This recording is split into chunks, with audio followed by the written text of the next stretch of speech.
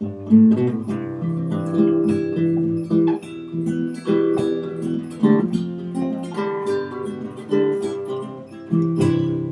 my bucolic life, free, healthy city strife. Horses, chicks, and dogs, they are my neighbors. I cook and sew and spin, and move the horses into the barn. Then time to move them out again. Red barns, green pastures, beautiful white houses. The view I see each day when I arise. This life pleases me, as it is plain to see. I'm living my bucolic life. Hello, welcome back. So today I'm going to be doing something a little different again. And what it is I was looking at my Facebook group and someone suggested that I make a coat for my little dog Misty. She's a rescue. Actually, I have two rescues. Technically three, but my little black dog, Katie, is a rescue, and so is Misty, and they are both about the same size. So I'm actually going to make two coats. Sorry, the cat just jumped on my lap. I'm apparently in her chair.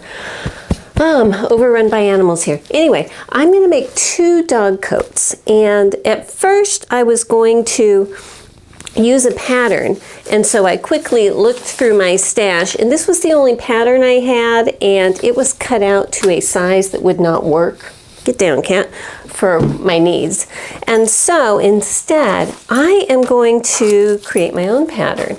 So basically I will put in the description a link to this little picture, okay, because this is the general guideline that I'm going to be going off of. This is a free image on the internet, but I'm going to use this as a guide for creating my own pattern, and hopefully, you know, if you have a few measurements of your pet, then you can make your own too. So the fabric I'm going to use, okay, so a while back I made this coat, you know, and it's fun and everything like that. It's a quilted coat, but I'm not using it like I thought I would, and I think it's because the wool it's that somewhat scratchy wool, you know, and it's a little bit bulky, so it's not as cozy as I intended it to be. So I'm finding that I'm not wearing it very often. So I am going to repurpose this fabric and use it to make my dog coat, you know, so that they'll be more of like a Paris Hilton type dog jacket, because my little white dog and my little black dog, you know, they can be cute. And they're going off to the groomers in a couple days, and when they come back, their hair's slightly shorter, you know, and so I think it'd be cute to have their nifty little jackets ready. And I'm going to try to get a reveal photo at that point, which means I have to get started right now. So let me tip the camera down, show you my measurements, and we'll get started making our pattern. All right, so I've never done this before, so you will learn as I do here. Okay, so I have some quick little measurements I took last night. Misty, her neck is 9 inches, her chest is 15, and the length from her upper neck, like right about here, to just over her tail is 11.5 inches, okay? So that is what I'm going to go off of. So looking at this diagram here, hello there. I have just finished making my coats and they turned out fabulous, but I wanted to go back because I had to make some changes to my pattern as I was progressing on this thing. So I wanted to go back and show you how I would make my pattern with knowing what I know now, okay? So the first thing is doing this back line at, let me get my measurements here, at exactly the line that you measure from your dog's neck to wherever you want it to end. Worked well for me, okay? Now because I did it from her neck to right here at the base of her tail, okay? I wanted a full length coat. Just know those are the proportions I'm going for. And I also wanted a coat that comes lower like this all the way, okay? Instead of a little back thing, it's more like a triangle shaped coat. So that's what I'm going to tell you about here. So This is exactly that measurement on my dog, okay? Now for her neck, the neck I had to do a little bit of changing on. So what I would say is, know your dog's actual neck measurement, you know, the tape right around their neck, okay? Then add at least 1 inch for ease, all right? So my dog's neck measurement was 9 inches. I'm going to add 1 inch just for ease, which is going to give me a neck measurement of 10 inches. All right. Now, what I need to also do is make sure I add a seam allowance, and I ended up adding a little bit more ease on top of that when I was trying it on her. So this is what the formula I came up with to figure out how to get this curve. It's basically, you know, geometry math, but if you take your final neck measurement that includes ease, okay, and you take that and you divide it by pi. So you divide it by 3.14, all right? That's going to give you the radius of the circle that you need to draw to go here. So let me get my calculator. Where are you, calculator? There you are.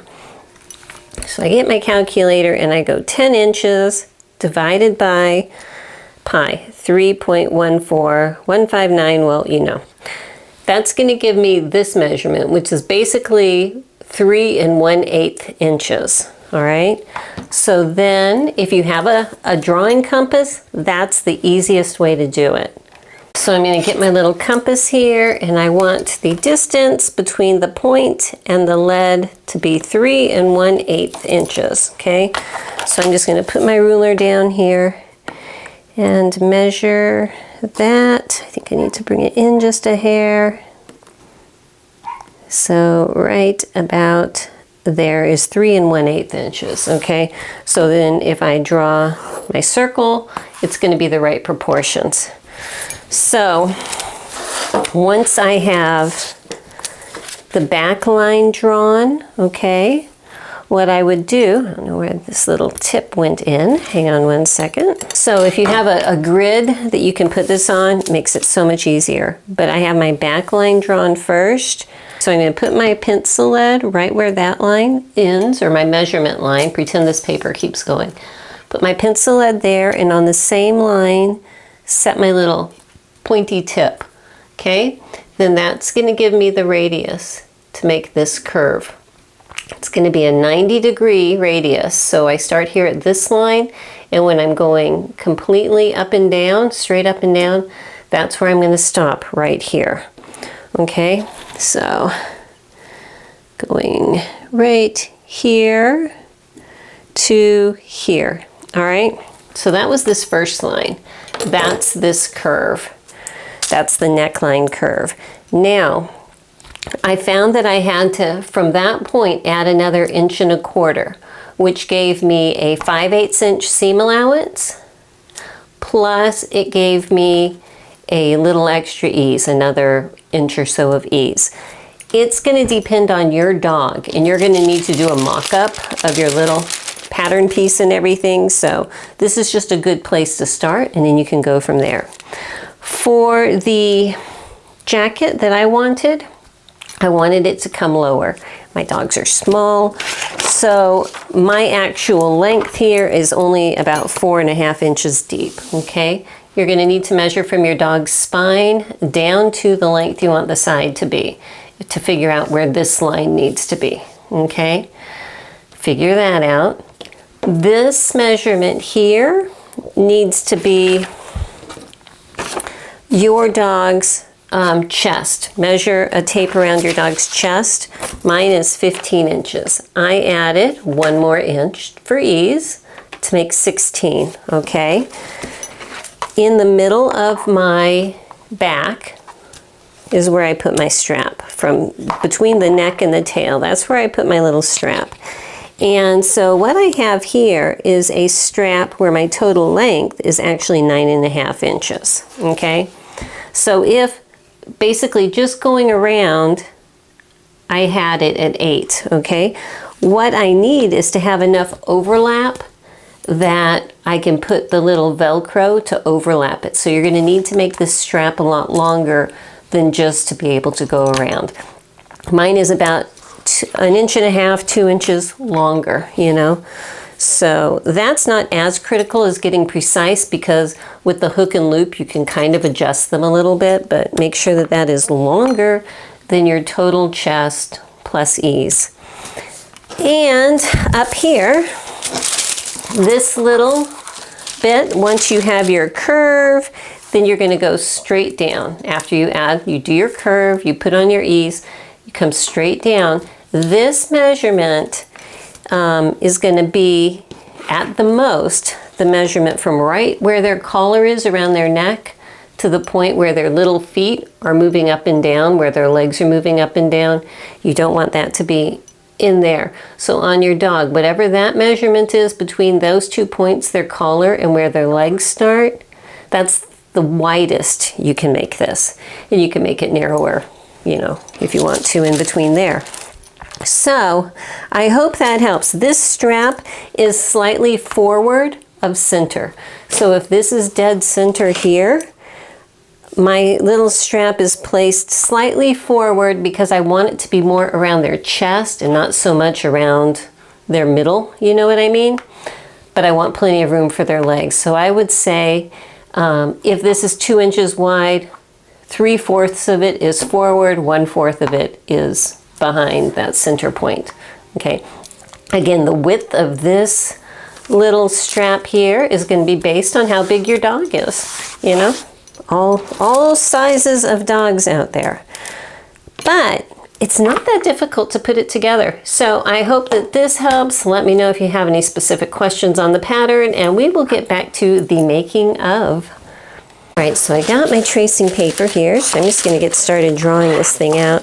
And when I was doing that letter low pattern, I had several people ask me about where I get my tracing paper. It's in the description links. It's an Amazon tracing paper. It's 36 inches wide, but you know, it comes in different length or width, so find one to suit yourself. So what I need to do is get a piece of fabric and just cut this out. Actually, it'll be easier if I cut it out of the tissue paper first. Okay, so the top of the coat is cut on a fold, so I'm placing that up here. This is just my little doggy coat mock-up here. I'm going to go ahead and cut this out, run downstairs, and try to very calmly place it over her. She's still a nervous little girl, so I'm not going to bring her up on camera right at this moment to try it on, but definitely you will see it by the time it is done. So let me get this cut out, drape it over her, make sure that it's going to fit, and then we can go on to making the actual coat. Okay, so I have my little Katie up here. Katie, we believe, is a mini schnauzer, mini poodle mix. That's what we think she is, but you know, rescue, so you're never quite sure. I wanted to mention, when I did my neck measurement, I did not put in for seam allowance. So I think I'm going to add, it'll go around her neck, but it's going to be fairly snug and I don't want that. So on around her neck here, I'm going to go ahead and add at this point right here another 5/8 inch on each side. Okay, and I think that that will be good. As far as the underneath, that worked pretty good. Yes, thank you for posing here. If I can wrap them both around. And I have room for some overlap, and so that's good. And then as far as the length down her back, see if I can put her up here. Yes, you're a sweetheart. I think that it's going to come nicely. Here's her little tail, so covering most of her back like so. Okay, so I think that this will work. I just need to add that little seam allowance area in the front, and we'll let Katie go back and rest again. And I do need to disassemble my coat, so I'm going to pull apart the seams in my coat here so I can have some flat panels to use. Okay, so welcome back. I have decided that I'm going to re-record the whole part where I'm figuring out the measurements to cut out my pattern, because that was confusing, and if you're watching this video, you've already seen my re-recorded version, so count yourself blessed, because the first go-around was a little confusing. So what I'm going to do now is I need to work the binding on my coat. Remember, I'm just going to bind it off. I'm not doing where I sew it and flip it right side out. We're just binding it. And the garment that I cut out initially had a section that did not have batting in it. You know, that's just the way I made the other jacket. But that is a little bit more flexible and soft. So that's what's going to be under their neck area here. Okay, so it'll be like that. But I think it'd be a lot easier to put on the binding before I make any of those seams up here. Because, you know, going around a circle in a tiny area with a non-flexible ribbon can be tough. Okay, so I am working on my 201 today. Always a great machine. I hadn't had her out in a while, and I used her for buttons the other day, and I decided to just keep her out so she could visit for a bit. So what I wanted to do is show you how I put my ribbon on, because this is a very straight ribbon. It has no flex to it at all, and I'm doing some very curved edges here. So let me tip the camera down and show you the way I do it, because it's honestly not that difficult. I'm starting out, gotta flip this over, working on the wrong side. And I'm going to be doing this flat edge last, you know. The quilters out there probably have a much better thick miter way of doing this, but for me, this is going to work because I'm dealing with a very thick layer here and thick ribbon, so you'll see when I get there. First, I'm just overlapping, with the right side of my ribbon showing, I'm just overlapping the edge here by about 3/8 of an inch. And I'm going to back stitch it here. I'm just going to place it as I go. There we go, and edge stitch along. Now when I'm coming to a curve, instead of trying to stretch my ribbon and pull it and everything, I'm just going to turn my fabric. So here it is, and I'm going to flatten this out a little bit and flatten this out a little bit. And so once I have it, again, it's not exactly 3/8 of an inch, but you get the idea. It's less than half of the width of the ribbon. So let me go ahead and pull this out and clip everything off. It looks like my stitch length got a little long. I don't know how that happened. We're going to cinch up that stitch length for doing the next row. Okay, so now on the right side, I have a ribbon that is a lot wider, okay? And I sewed it to the wrong side first so that when I put it onto the right side and I turn it, the edge is going to go beyond this line of stitching, okay? So I can just fold it over beyond the stitching line, you know, that's visible from the back. And then once again, because I've got a big curve going right here, just going straight. When I get to the point where my fabric starts to curve, I'm just going to be pulling it over to the side. So again, if I look at it this way, it looks really puckery, but if I just flatten out my fabric this way, just pushing it over out of the way.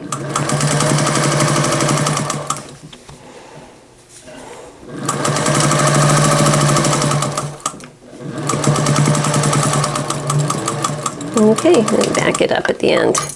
So when I am done, the back side is going to be a shorter bind, you know, and I will be able to see this row of stitching, but that's on the inside, so that doesn't bother me. What's more important to me is that from the outside, I have a nice looking band and my row of stitching is in a matching thread and it's kind of hidden in there. So that's how I'm going to do it. I have to do all of these curved seams. You know, here's my neck, and up here where the arms go, back here where the legs go. And then the very last thing I'm going to do is come straight across with this piece. Okay, I want to show you, this is my little Misty, how this is fitting so far. And she's nervous, but the straps that'll come under the body, I think they're going to overlap fine. I think the length is good. And I could pull it over her head, you know, and there is enough room under here that I can put a few fingers and everything. So I think that that is good. So overall, I think that the fit is rather nice. I was debating on making the neckline a little bit wider, you know, but I think that might make it a little too loose in the front. And let's see if I just kind of pin these underneath here. If we look at her sweet little self here underneath her neck, can I tip the camera up that way? Okay. So looking at her under her neck here, you can kind of see how that's going to fit. So what I would say is if you're trying to figure out and measure your dog on how wide to make this strap, because that was kind of debatable, from the point where the top of her collar is to the point where when her little legs are lifting up as high as they can, that little gap right here is about the maximum you can make this strap. So, you know, your results may vary, but that's why I came up with about 2 inches. So anyhow, I think that she did really good modeling. Let me go ahead and take her back downstairs, and then we can finish up decorating her little coat. Okay, I want to show you when I was pulling this off of Misty's head, it was snug enough that she was concerned when I was pulling it off and it was tight around her little head. For some reason it went on easier than it came off, you know, directional thing. So just to make everything a happier place, what I did is I opened up that front opening and just took a piece of my ribbon and I stitched each side to the ribbon and then made the ribbon the opening there. So basically, I'm adding another 1/2 inch. So in my ultimate how to cut out your pattern diagram, at the point where I'm adding for seam allowance, I would say we need to add another 1/2 inch there. So I need to add that right here, okay? So I need to add another 5/8 inch onto this point here for future, you know, future reference. But for right now, that's how I'm going to fix it. And I'm just going to go ahead and sew the other one up exactly the same way. Okay. And that way, you know, there's less bulk right there under her neck also. And these, you know, there was quite a bit of overlapping. I have not finished the ends yet, but I wanted to try it on the dogs in their finished look before I do this. Okay, so I've got everything done and I sewed my little front together like I just showed you, you know, because that happens. And now I'm going to sew the back band on. So I'm going to do it the same way. I've already got the sides done where I sew it straight across and I leave like about, you know, at least almost 1 inch on each side hanging off, you know. My ribbon is about that long. Sew it on, flip it over, and then I'm going to tuck the ends off and sew in the back so that when I'm done, it's going to look like this, you know. And there's probably a better way to do it. Again, not a quilter, but for me and for my thick little corners here with, you know, I got 4 layers of velveting going on there over a layer of wool and batting and all. I actually think that that worked pretty good.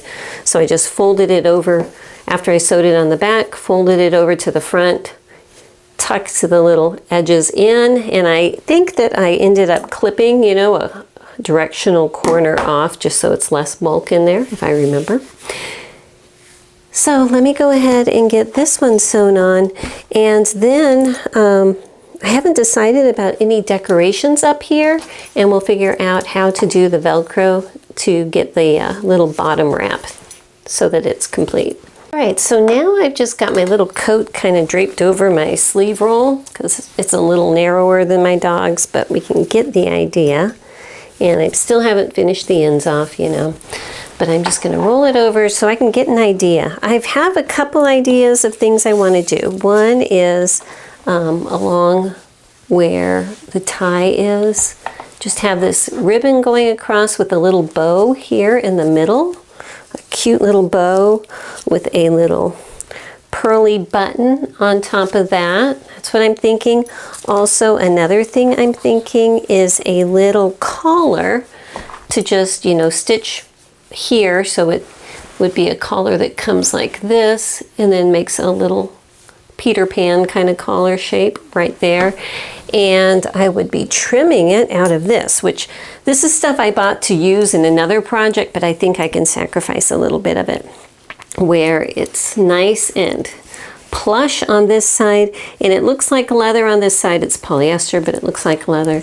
It's really fun stuff. So I was thinking I can cut a little Peter Pan shaped collar out of this and put it up here. And I think that the combination of those two things are going to make it really fun. So first of all, move all of my stuff. My table is becoming quite the mess here.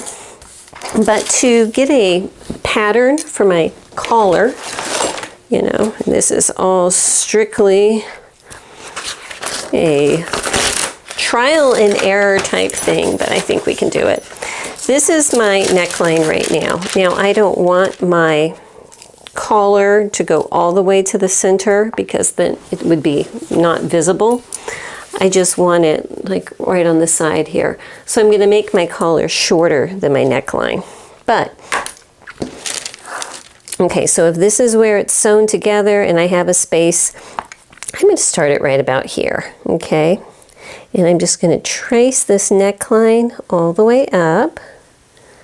And this is the fold line here, okay? So this, I'm not going to hem it. I'm not going to do anything. It's just, you know, for decoration. It's kind of a glued together type of a fabric. So I'm thinking, based on the size of this, I think any more than like 1.5 inches would be too big for a collar. So if I get my ruler here, and I'm going to set it for, you know, we're going to do 1.25 inches. That will work. So I'm just going to come down here at 1.25 inches, and here, and here.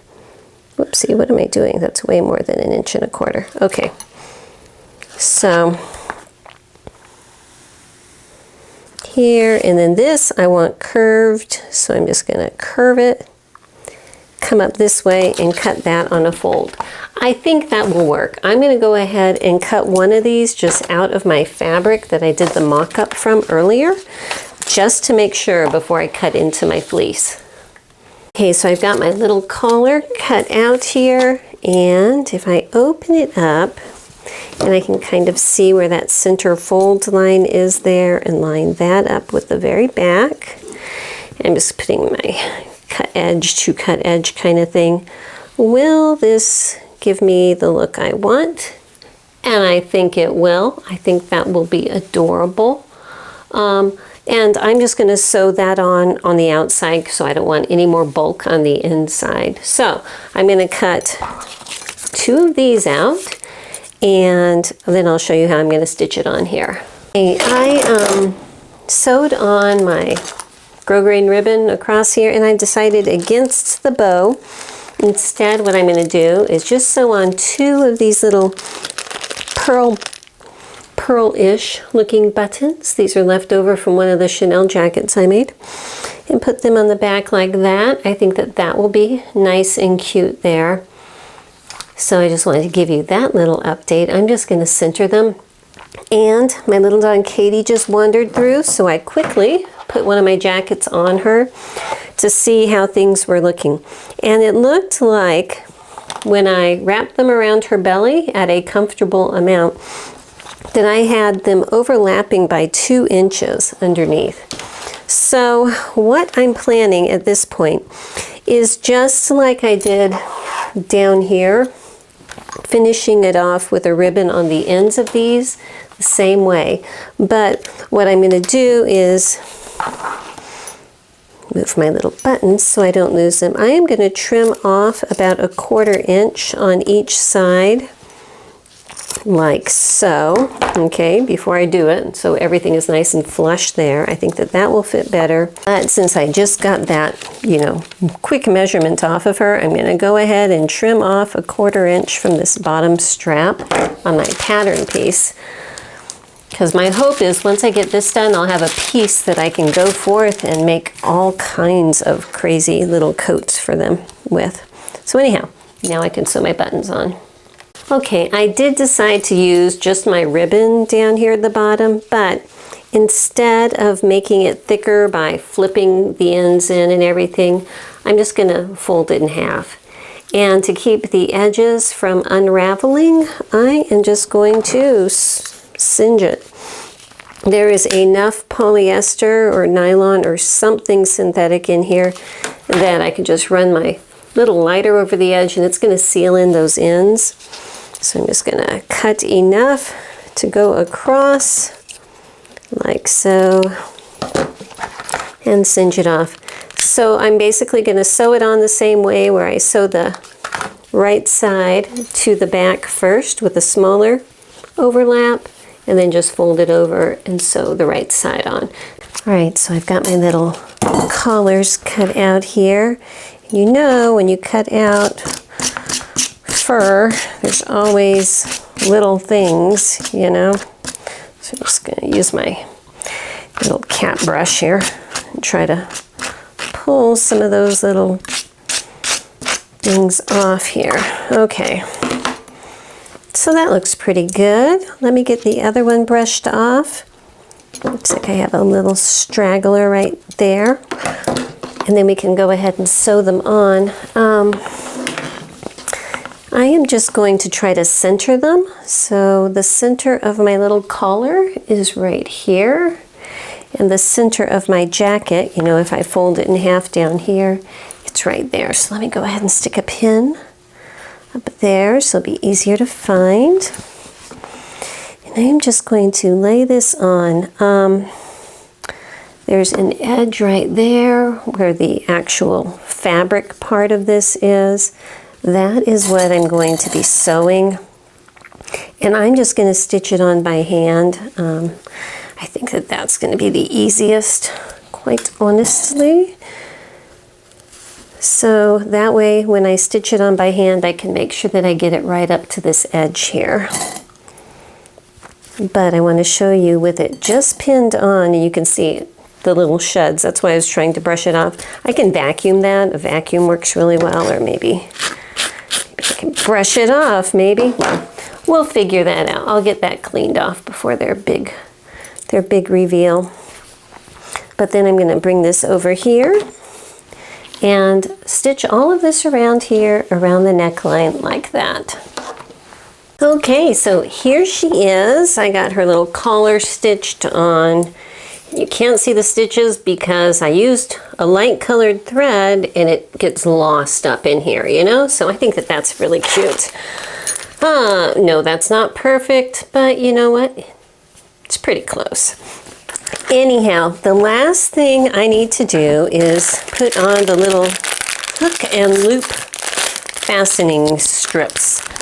And when I wrapped this on Katie, they were overlapping by about 2 inches. So what I'm going to do, because I'm doing two different little coats, matching coats, they're going to be adorable.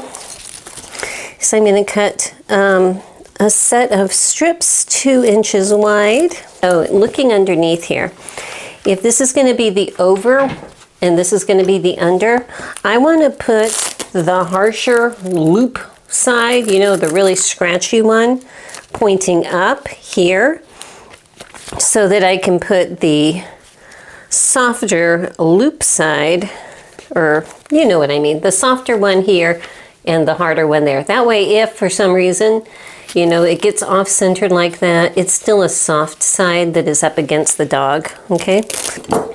Let me go ahead and just put a little clip here so I can remember which is which. A little clip here, and these are not the kind with the adhesive on the back. Those gum up my needles, terrible. So I'm just stitching them on regular without the adhesive. But I'm just going to stitch around the edges to hold it on both sides of both jackets, just like that. I was just getting these together. You know what these remind me of?